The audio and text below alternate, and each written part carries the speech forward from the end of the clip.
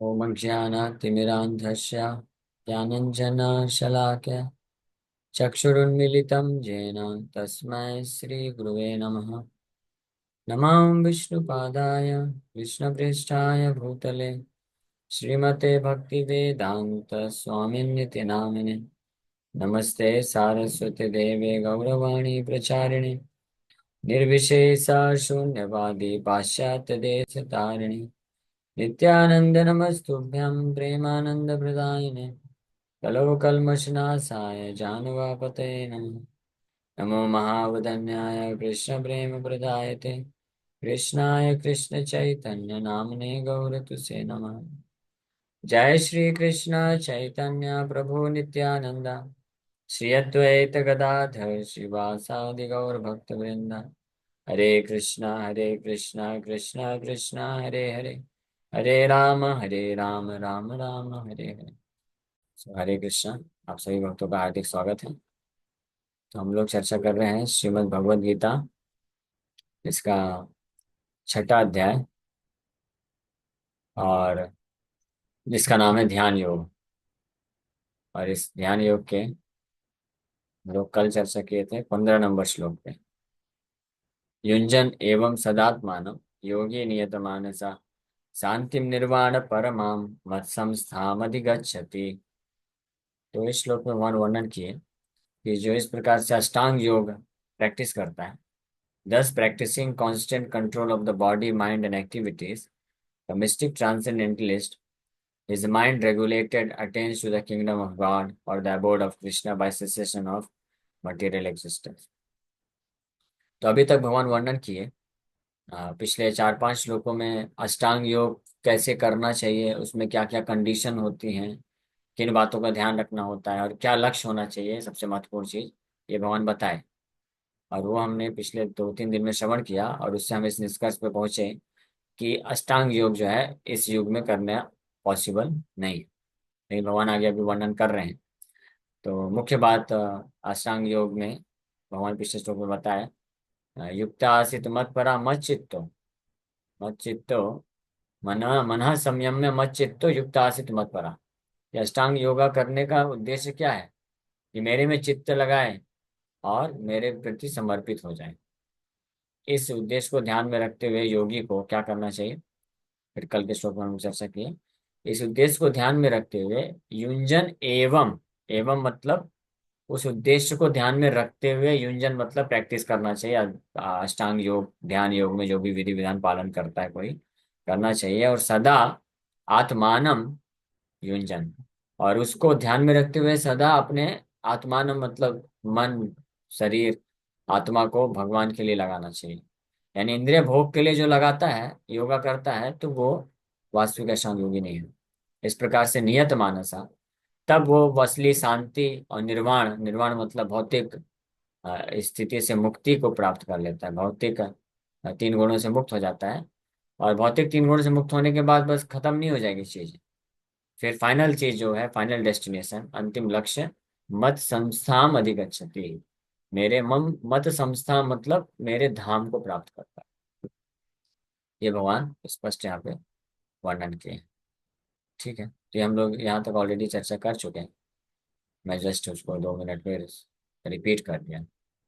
अब आज का श्लोक है, नात्यस्नतस्तु योगोऽस्ति न चैकान्तमनस्नता न चाति स्वप्नशीलस्य जाग्रतो नैव चार्जुन। ये बड़ा अच्छा श्लोक आ गया। ये श्लोक की व्याख्या करने के लिए तो मैं योग्य नहीं हूँ। ठीक है, मैं वर्णन कर देता हूँ आप लोग, लेकिन प्रश्न नहीं उठाना मेरे ऊपर, ठीक है, कि मैं खुद ही इसको पालन नहीं कर पा रहा हूँ। So, भगवान बोल रहे हैं, there is no possibility of one's becoming a योगी।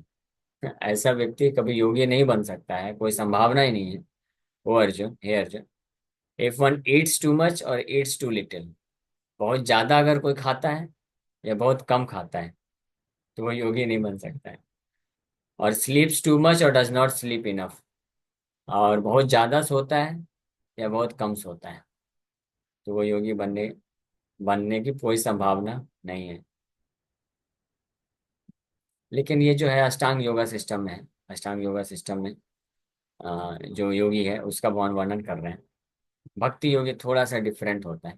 थोड़ा सा मतलब शुरू में इस अवस्था को तो पालन करना जरूरी ही है, लेकिन जैसे जैसे कोई अगर एडवांसमेंट करना चाहता है तो वो he can give up eating and sleeping gradually.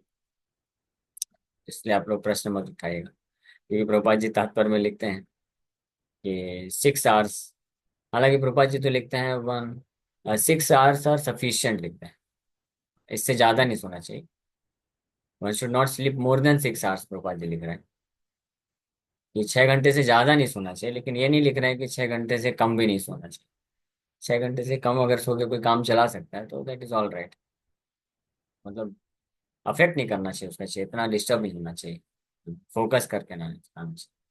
उसी प्रकार से खाने का एनीवे। तो ये अष्टांग योग सिस्टम में भगवान वर्णन कर रहे हैं। अष्टांग योगी जो अगर योग में आगे बढ़ना चाहता है तो उसको शुरू में बहुत रेगुलेटेड होना पड़ेगा अपने खान पान को और अपने सोने की चीज़ों को लेकर के। जब तक आध्यात्मिक साक्षात्कार नहीं मिलता है तो उसको ये बैलेंस करके चलना पड़ता है। भगवान बोले ना अति असनता। अति असनता मतलब ज्यादा जो खाता है। तो ज्यादा खाने में क्या नुकसान है? वैसे तो कई नुकसान है ज्यादा खाने में। हाँ, ये तो अ, आज के दृष्टिकोण से देखें तो जो ज्यादा खाएगा तो ज्यादा ज्यादा पॉल्यूशन खा रहा है, क्योंकि आज करके खाद्य पदार्थ में ज्यादा क्या गंदगी ही है। तो ज्यादा खाएगा तो ज्यादा पॉल्यूशन खाएगा तो ज्यादा बीमारी के चांसेस रहते हैं। ये भी एक स्टेटमेंट बोला जाता है कि कोई भी व्यक्ति कम खाने से कोई मरता नहीं है, ज्यादा खाने से लोग मरते हैं। या कम खाने से बीमारी उतनी नहीं होती है जितना ज्यादा खाने से बीमारी होती है। जो ज्यादा खाते हैं तो बीमारी होने की ज्यादा संभावना रहती है, और जो कम खाते हैं तो ऐसा जरूरी नहीं, उनको उतनी बीमारी नहीं होती। तो प्रभुपाद जी एक जगह लिखते हैं, तो देखिए इस श्लोक में मैं चर्चा करके कुछ चीजें बताऊंगा आप लोगों को, लेकिन आप लोग घबराइएगा नहीं, डिस्करेज मत होइएगा। ये ग्रेजुअली आता है, धीरे धीरे आप हमको उस स्तर पे आना चाहिए, लेकिन एटलीस्ट पता होना चाहिए। प्रभुपाद जी बताते हैं कि ज्यादा खाने में क्या समस्या है। और क्योंकि अगर कोई ज्यादा खाएगा तो उसको फिर ज्यादा नींद आएगी। ज्यादा खाएगा तो ज्यादा सोना भी पड़ेगा, ये बाय डिफॉल्ट। ये आपने एक्सपीरियंस किया भी होगा, मैंने भी इस बात को एक्सपीरियंस किया है।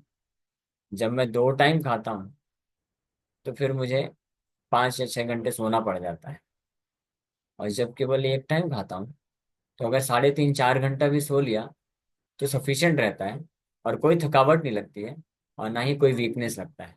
ये इंटरेस्टिंग पॉइंट है। जनरली लोग ये मिसकंसेप्शन रहता है, सोचते हैं कि कम खाएंगे तो फिर एनर्जी नहीं आएगी। तो उसके लिए एनर्जी के लिए फिर सप्लीमेंट में ले लेता हूँ कुछ, मतलब जूस ले लिया, 1 2 गिलास जूस पी लिया तो हो जाता है काम। उससे जूस क्या है, बहुत जल्दी डाइजेस्ट हो जाता है, एनर्जी भी मिल जाता है आपको, टाइम भी बच जाता है, और आपको नींद भी नहीं आएगी। तो शरीर भी ठीक रहता है, एनर्जेटिक रहता है, एक्टिव रहता है, इंथुसियास्टिक रहता है, और नींद में आता है। लेकिन ये मैं इसको पालन करने के लिए नहीं बोल रहा हूँ, मैं जस्ट बता रहा हूँ प्रिंसिपल। जो प्रभुपाद जी बोले वो बिल्कुल सत्य बात है, क्योंकि मैं एक जगह पढ़ा है इसको। इसलिए तो जो ज़्यादा खाएगा तो उसको ज़्यादा फिर नींद आएगी, फिर उसको ज़्यादा सोना पड़ जाएगा, तो ज़्यादा इस प्रकार से समय वेस्ट चला जाता है। स्पेशली पूरा पेट भर के नहीं खाना चाहिए। आयुर्वेद के अनुसार भी बोला जाता है कि 50% में 50% खाद्य पदार्थ होना चाहिए, 25% वाटर, एंड 25% खाली रखना चाहिए, एयर, है ना। नहीं तो मशीन अगर पूरी तरीके से पैक कर दे, जैसे मिक्सर आप लोग सब यूज करते होंगे ना, मिक्सर यूज करते हैं, कितने लोग मिक्सर यूज किए हैं जीवन में? हाँ तो फिर करिए मिक्सिंग, मिक्सर, मिक्सर अगर यूज किए होंगे तो अगर आप उसको पूरा उसके गले तक भर देंगे, हाँ पानी डालने का भी जगह नहीं है, तो फिर क्या होगा? वो अंदर जो है मोटर जो है घूमता रह जाएगा, वो पिसने नहीं वाला है, पेस्ट नहीं बनेगा, तो उसमें से निकालना पड़ता है। ऊपर आप भरिए, 60% भरिए, फिर थोड़ा 10 20% पानी डालिए और कुछ खाली रखिए, क्योंकि जब घूमेगा तो ऊपर तक आना चाहिए ना, उछल उछलेगा, तब तो वो फिर अंदर हर चीज को काट पाएगा। उसी प्रकार से ये भी मशीन है, इसमें अगर पूरा 100% हम फिलअप कर देंगे और कुछ लोग तो पूरा गले तक खा लेते हैं।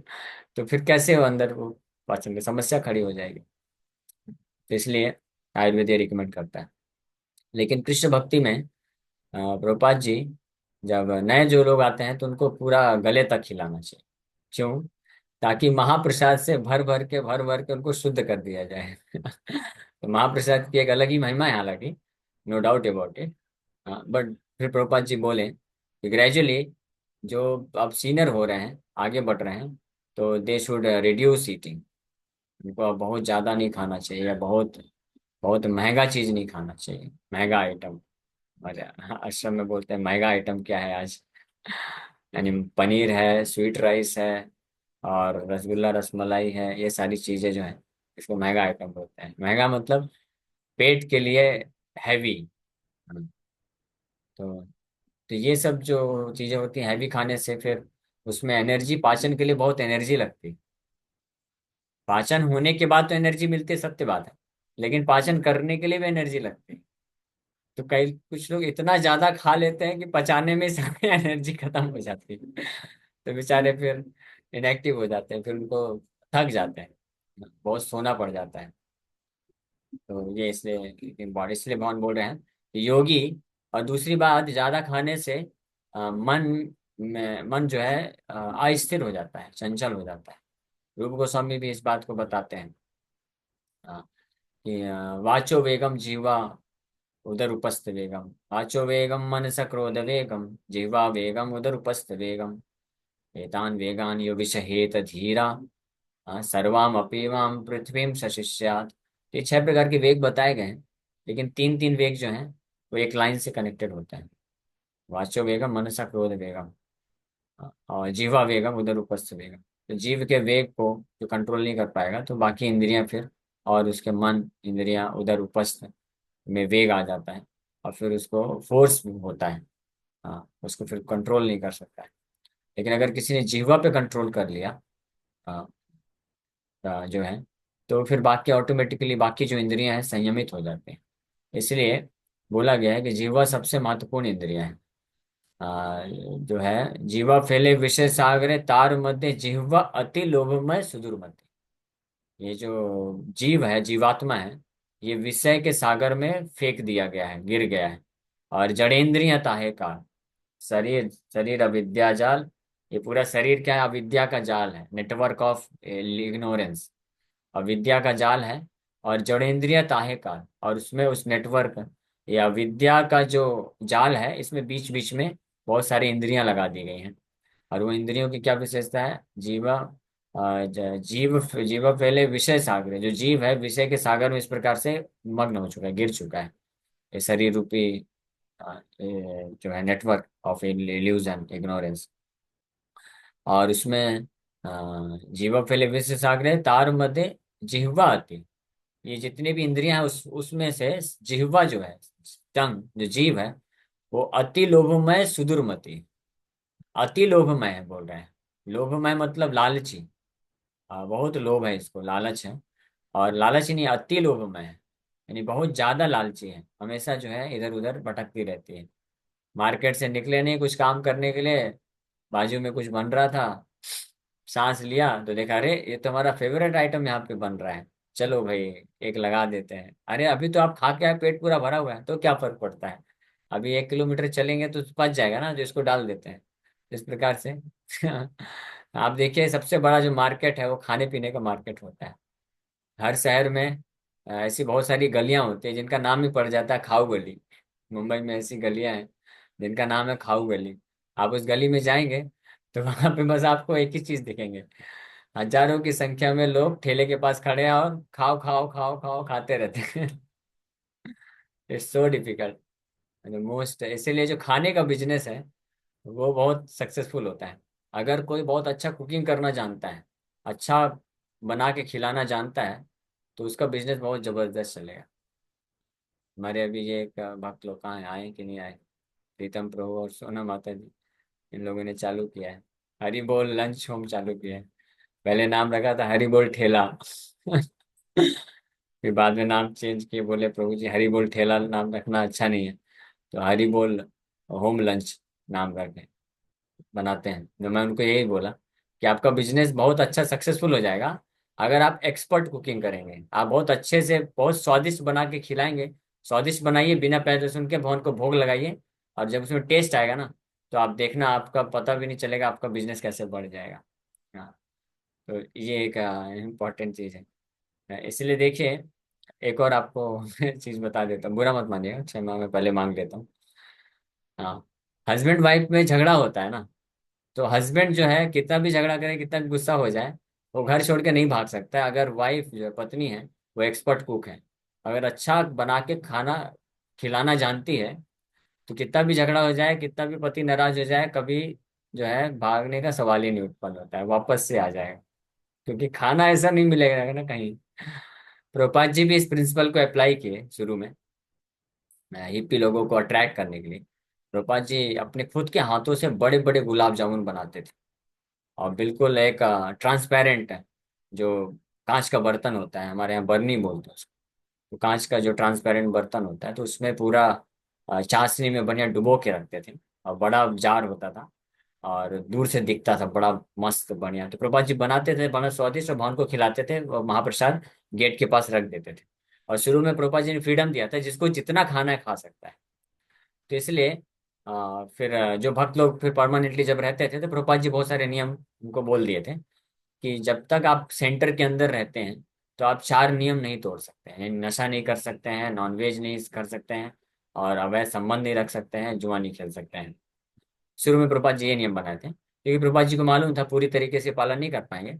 तो सेंटर के बाहर वो तो करते ही थे, उसमें पूरा कुछ कर नहीं सकते, लेकिन प्रभुपाद जी बोले थे कि सेंटर के अंदर अगर आप रह रहे हो, तो यहाँ पे नहीं होना चाहिए। फिर जैसे फिर जब दीक्षा हुआ, तो प्रभुपाद जी पूरा स्ट्रिक्ट हो गए, और बोले कि फोर रेगुलेटरी प्रिंसिपल बहुत ही स्ट्रिक्टली पालन करना है।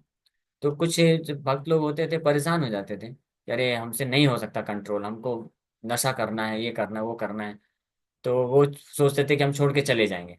तो जैसे ही छोड़ के जाने का डिसीजन लेते थे, गेट के पास आते थे, देखते थे वो कांच के जार में बहुत सुंदर सुंदर गुलाब जामुन रखे हैं। तो वो निकाल के एक खाता था, इतना टेस्ट मिलता था, बोलता था चलो एक दिन और रुक जाते हैं। फिर ऐसे करते करते रुक गया, और रुकते हुए और साथ में प्रभुपाद जी के प्रवचन कीर्तन सेवा तो करते ही थे, तो ऐसे हृदय शुद्ध हो गया, टिक गए। इसीलिए इस्कॉन में जो महाप्रसाद की बड़ी महिमा है।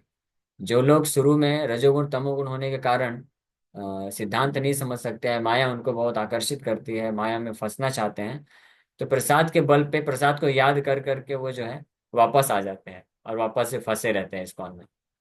और फिर जब सतोगुण में पहुंचते हैं, फिर दीक्षा लेते हैं और सीनियर सीनियर बनते हैं, तो धीरे धीरे फिर प्रभुपाद जी बोले कि ना यू शुड रेगुलेट।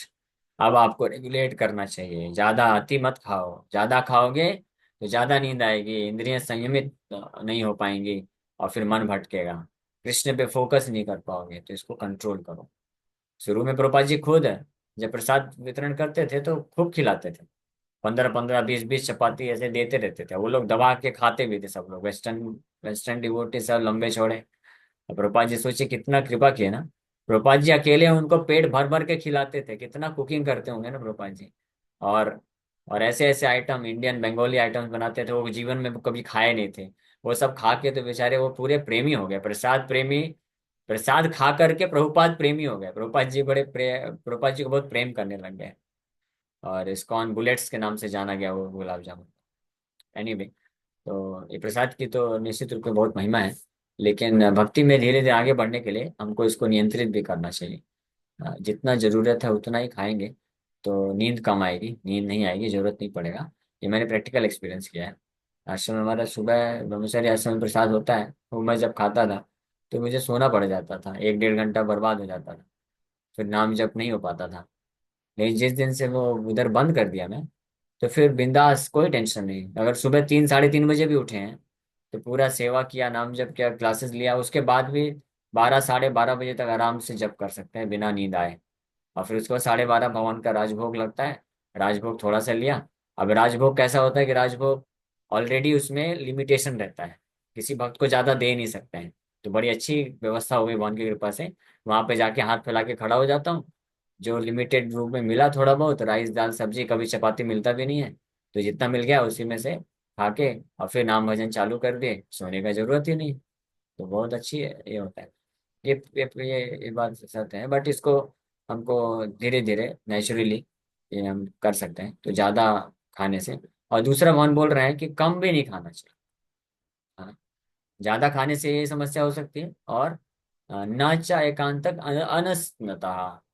हाँ, if one eats too much और ईट्स टू लिटिल, क्योंकि अगर कम खाएगा, तो आप लोगों ने सुना होगा, ये बहुत फेमस डायलॉग है कि भूखे पेट पेट भजन ना होए गोपाला।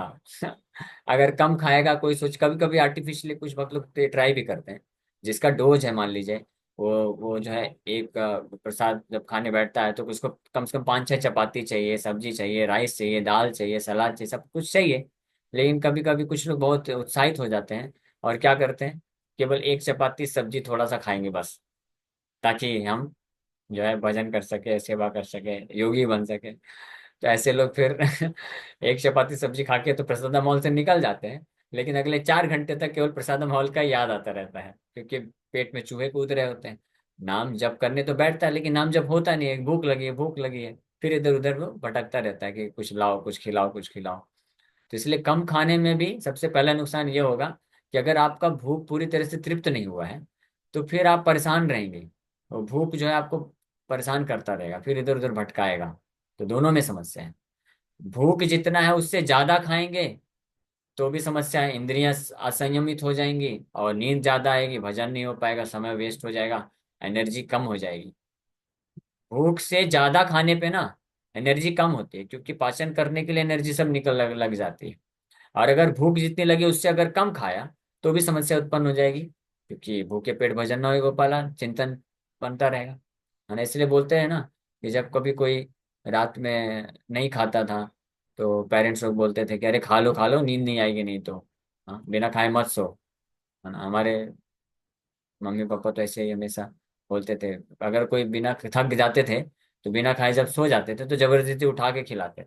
क्यों? क्योंकि मालूम है फिर नींद टूटती रहेगी, अच्छे से नहीं आएगी, भूखे पेट नींद अच्छी नहीं आती, इसलिए खिलाते। तो इसलिए जरूरत से ज्यादा और जरूरत से कम खाने में ये नुकसान होता है। ठीक है, अभी सोने के बारे में कल हम लोग चर्चा करेंगे, जरूरत से ज्यादा, जरूरत से कम सोने में क्या नुकसान होता है। Okay, thank you very much.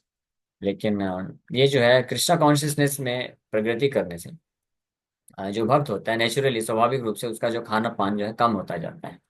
तो नेचुरली अगर स्वाभाविक रूप से हो रहा है तो अच्छी बात है। यानी अगर आपने प्रसाद कम किया, तो मन डिस्टर्ब नहीं होना चाहिए, है ना? चंचल नहीं होना चाहिए, तो फिर मान लीजिए वो सही है। और अगर कम करने से आप ये स्थिति हो रही है कि मन चंचल हो रहा है और खाने की लालसा बनी हुई है, तो फिर कम मत करिए, आके जाके खा लीजिए, ताकि अच्छे से खा के फिर बैठ के भजन कर सके। ओके, किसी बात का कोई प्रश्न है क्या? तो आप पूछ सकते हैं, उसके बाद फिर मैं पूछूँ। यस, श्यामा माता जी। मैं तो कम भी खाऊं या ज्यादा तो मुझसे खाया नहीं जाता, तो मुझे नींद बराबर आती है, बहुत खतरनाक तरीके से वो भी। तो क्या करना चाहिए मुझे? तो उसके लिए कल नींद नींद के ऊपर कल हम लोग चर्चा करेंगे। जो नींद है, निद्रा क्यों आती है, निद्रा आने का कारण है, स्पेशली जब भजन करते हैं तो निद्रा आती है, उसका कारण है कि हमको टेस्ट नहीं है, रुचि नहीं है, या मन जब नहीं लगता है भजन, तो नींद आती है। अगर मन में भजन लगेगा, भजन में मन लगेगा, और थोड़ा भी रस अगर रुचि आने लग जाएगी ना, तो फिर नींद उन सब गायब हो जाएगी, फिर कभी नींद नहीं आएगी। जैसे मान लीजिए आपको नींद आ रही, तो लेकिन अगर आपका फेवरेट मूवी चला दिया जाए, 3 घंटे का भी होगा तो भी बिना नींद आए आप देख सकेंगे। ऐसा एक्सपीरियंस किया होगा ना, सबने किया होगा। सो जाऊंगी मैं पक्का से। आप सो जाएंगे फिर भी? हाँ प्रभु, पता अच्छा। नहीं क्यों। पर अब तो तो आप एक इंटरेस्ट नहीं आप रह गया ना, इसलिए। ओके, आपका एक एक्सेप्शनल केस है। लेकिन जनरली अगर कोई रुचि वाला कार्य होता है, तो फिर वहां पे नींद उड़ सब उड़ जाती है। तो इसलिए रुचि जब विकसित हो जाएगी हरि नाम में, भगवान कथा में, भगवान के प्रचार में, सेवा में, तो फिर नींद उड़ बाधक नहीं बनती। ओके, तो ये ग्रेजुअली आता है, धीरे धीरे आता है, इसमें ज्यादा हमको डिस्करेज नहीं होना ओके चाहिए। यस अंकिता माता जी। हरे कृष्ण प्रभु। अगर जैसे कोई एक टाइम मतलब जैसे सुबह के टाइम में नहीं खाना चाहता है, उसको इच्छा ही नहीं होती है, फिर रात्रि में खाना ले तो गलत बात है। तो नींद उसमें भी आएगी क्या? एक टाइम अगर वो संध्या में ही खाता है, जैसे फलाहार वगैरह में अपन करते हैं, एक टाइम ही लेते हैं संध्या में, तो वो गलत तरीका है क्या अगर मॉर्निंग में नहीं नहीं खा नहीं, ये पाते हैं डिपेंड तो? करेगा आपके आपके शरीर के ऊपर, शरीर पे निर्भर करता है चीजें। आप हर किसी का डाइट अलग अलग हो सकता है, तो शरीर के अनुसार देखना चाहिए क्या आपको सूट करता है और कितना सूट करता है, उतने मात्रा में हमको फिर लेना चाहिए हमेशा। ठीक है। जी बिल्कुल। ऐसा कोई फिक्स रूल नहीं। यस, प्रिया गौरांगी माता जी। हरे कृष्णा प्रभु जी, दंडवत प्रणाम। प्रभु हाँ, जी, हरे मेरे कृष्ण। साथ भी ऐसे ही होता है कि मुझे नींद बहुत आती है जब मैं खा लेती हूँ, और जब से मैंने ट्राई किया है मैं खाती ही नहीं हूँ तो मेरी नींद अपने आप ही भाग जाती है। हाँ, तो ये सही बात है, ये तो है। ये नींद होता आती है है कि एक्चुअल में कि ज्यादा हाँ, खाओ तो ज्यादा नींद आती है। हाँ, सही बात। तो प्रभु थोड़ा जी, बताएं। ऐसा मतलब क्या करना चाहिए कि मतलब अपना डाइट भी प्रॉपर लें और नींद भी ज्यादा ना आए, उसके लिए क्या करना चाहिए? तो आपको आपके हर किसी के शरीर के ऊपर निर्भर करता है। चलिए, जैसे मैं, या हम किसी को ऐसा नकल नहीं करना चाहिए या आर्टिफिशियली नहीं करना चाहिए, नेचुरली जो सूट करे। तो मेरा ये सूट कर गया है। मैं सुबह बस एक गिलास छाछ पी लेता हूँ, फिर दोपहर तक कुछ खाने की जरूरत नहीं पड़ती। 12:30 बजे भगवान का राजभोग निकलता है, महाप्रसाद, वो थोड़ा सा ले लेता हूँ, राइस दाल सब्जी, और कभी एक चपाती मिल गया तो अच्छी बात है। फिर वो लेके फिर वापस से नाम जप करता रहता हूँ, फिर 2-3 घंटे बाद फिर एक गिलास और छाछ पी लेता हूँ। हो गया, इतने में सफिशियंट हो जाता है। रात को अगर कभी भूख लगी तो एक चपाती सब्जी ले लिया, नहीं तो जरूरत भी नहीं है, काम बन जाता है। और हमारी माता जी ने बड़े विशेष कृपा किया, लड्डू बना के भेजा है, तो कभी कभी एक लड्डू शाम को ऐसे ही रात को खा के सो जाता है, तो पर्याप्त हो जाता है, जरूरत नहीं पड़ती। लेकिन ये हर प्रभु, किसी को आप सूट नहीं बाकी करेगा। टाइम में फलाहार जैसा ही करते हैं क्या, बाकी टाइम बाकी दिनों में भी? हाँ, determined you can do it, just like. और इसके लिए हमको तीव्र इच्छा उत्पन्न हो, और गुरु के प्रति कुछ अफेक्शन भाव होगा, तो ये हो जाता है। जैसे स्पेशली मेरे लिए वर्क करता है कि अगर मैं रात को कितना भी बच जाए, अभी रात को 12:30 1 2 भी क्यों ना बच जाए, तब भी निश्चित है, उठना ही है, ऑल्टर में जाना ही है, गौर निताय का सेवा करना ही, वो छोड़ नहीं सकते। भले ही उसके बाद फिर सेवा करके, नाम जप करके, भागवतम क्लास करके, हरिनाम चिंतामणि क्लास करके फिर जाके रेस्ट ले लेंगे, अगर रात को 1-2 घंटा ही रेस्ट हुआ है। तो इसको बोलते हैं, ये डिटर्मिनेशन हमको रखना पड़ेगा। ठीक है। आपको, कि हम अगर थोड़ा अफेक्शन रखेंगे कि प्रभुपाद जी ने हमको आदेश दिया है, प्रभुपाद जी बोले हैं कि उठना है 4 बजे कुछ भी हो जाए, तो विश्वास रखना चाहिए। और ब्रह्म मुहूर्त का महत्व समझना चाहिए कि ब्रह्म मुहूर्त बहुत महत्वपूर्ण है। अगर एक भी दिन किसी के जीवन से ब्रह्म मुहूर्त चला गया, तो एक that is a very great loss, वो बहुत बड़ा नुकसान है। ब्रह्म मुहूर्त मतलब spiritual hours, that is spiritual hour, वो आध्यात्मिक समय है। तो वो कभी वेस्ट नहीं जाना चाहिए। 4:30 बजे से लेकर के 6 साढ़े 6 बजे तक, जनरली 6 बजे तक रहता है, 1.5 घंटे का ब्रह्म मुहूर्त रहता है। 4:30 से 6 एक बहुत ही most appropriate time for spiritual activity. और उसके बाद भी 6 बजे के बाद भी 7 साढ़े 7 8 बजे तक रहता है अच्छा उसका प्रोग्राम। तो हरे ये कृष्ण। करना चाहिए। ओके, हरे हरे कृष्ण। कृष्ण।